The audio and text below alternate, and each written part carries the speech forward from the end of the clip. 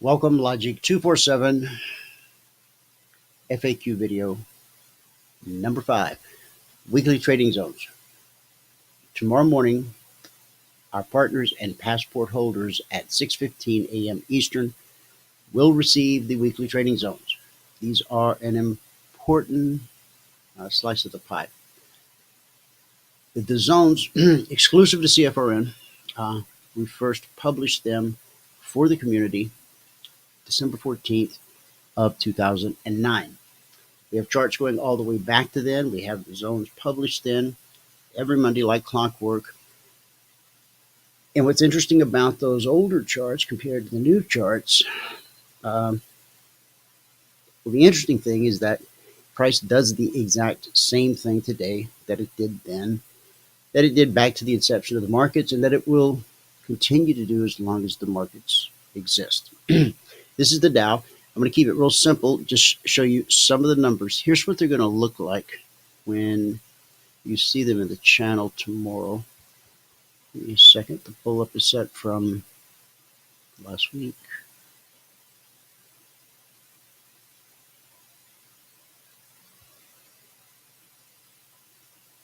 Here we go. Okay. This is last week's list, but it's what it'll look like when you see it in the discussion group tomorrow morning. It'll have this Sunday's date, 2 sets of numbers. Okay, take a look at the Dow. You see right here, this number 266, 60, and 65. You see this? See this?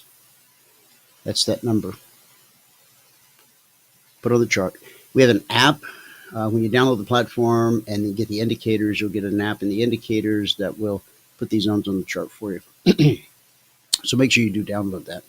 cfrn.net/trial. Click on the DT Pro logo or click on the Ninja Trader logo. And I think, talk to Michael, there's a couple other ones. The next set coming down,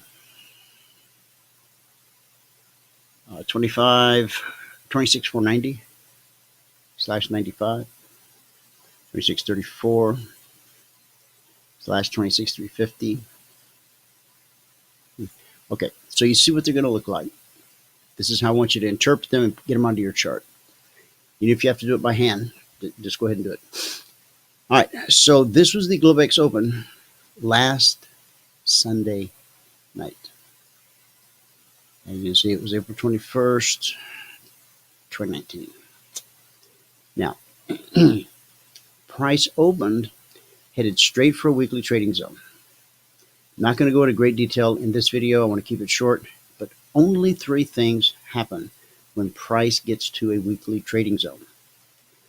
Whether it's coming down to the zone or up to the zone. When it gets there, one of 3 things. The most likely thing, you'll see it again and again and over, is consolidation at a zone. Second most likely thing, rejection. Don't see it a lot, but you see it a bit. And then the least likely thing you'll see, there's only 3 things: consolidation, rejection, and what I call the slice. And over the next couple of days, I'll teach you and show you lots of examples of those. But I just want you to get this concept right here. Price comes down to a zone. What do we expect to happen? We expect the zone to hold until it doesn't, which, as we can see, it did. And so then where does price go? If price is trying to break below the zone and the zone says no, where else can price go? To the zone above. What do we expect when price gets to that zone? Well, we expect that zone to be good resistance, but it isn't. And when price realizes it can't break through this level right here, right now, well, what's the only other thing you can do? Go to the zone below. So we went to the zone, up to the zone, down to the zone. And while I was saving this for a later lesson, the slice. What will happen most often with the slice, price will pull back up to the zone that was sliced through. Price will then continue in the direction of the slice. When that happens, and price approaches this weekly trading zone from above, what is the most likely thing to happen? The price will hold, that the zone will hold price. So it doesn't, but it did, right? And price was forced back up to the zone overhead where it found resistance. Back to the zone below, back to the zone above. Now, this break back above that zone happened on Friday, 3:30 Eastern on the Globex Open tonight. We haven't, I don't want to go out on a limb or not go so far as to say we've moved substantially higher, because we haven't moved substantially higher. But what I do see is important. I don't even like these kind of terms, but we've failed to break down. Okay. I don't want any of that to sound complicated or mystical or difficult, because it shouldn't, because it's all very simple.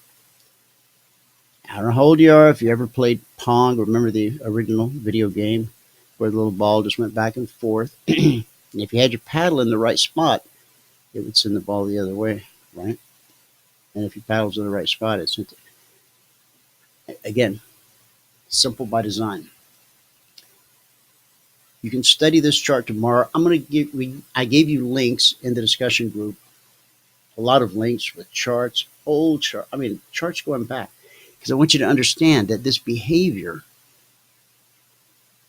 hasn't changed in the almost a decade now that we've been publishing the zones every Monday morning, 6:15 a.m. Eastern, for our community.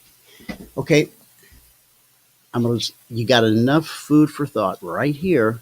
If you haven't read those articles and followed those links and looked at the charts, that post that I put in the discussion group, it's a good idea to after you absorb this, study that, and then when the weekly trading zones hit the channel in the morning, you'll understand more and you'll be ready to watch them in action. Okay? All right. I'll see you at the bell.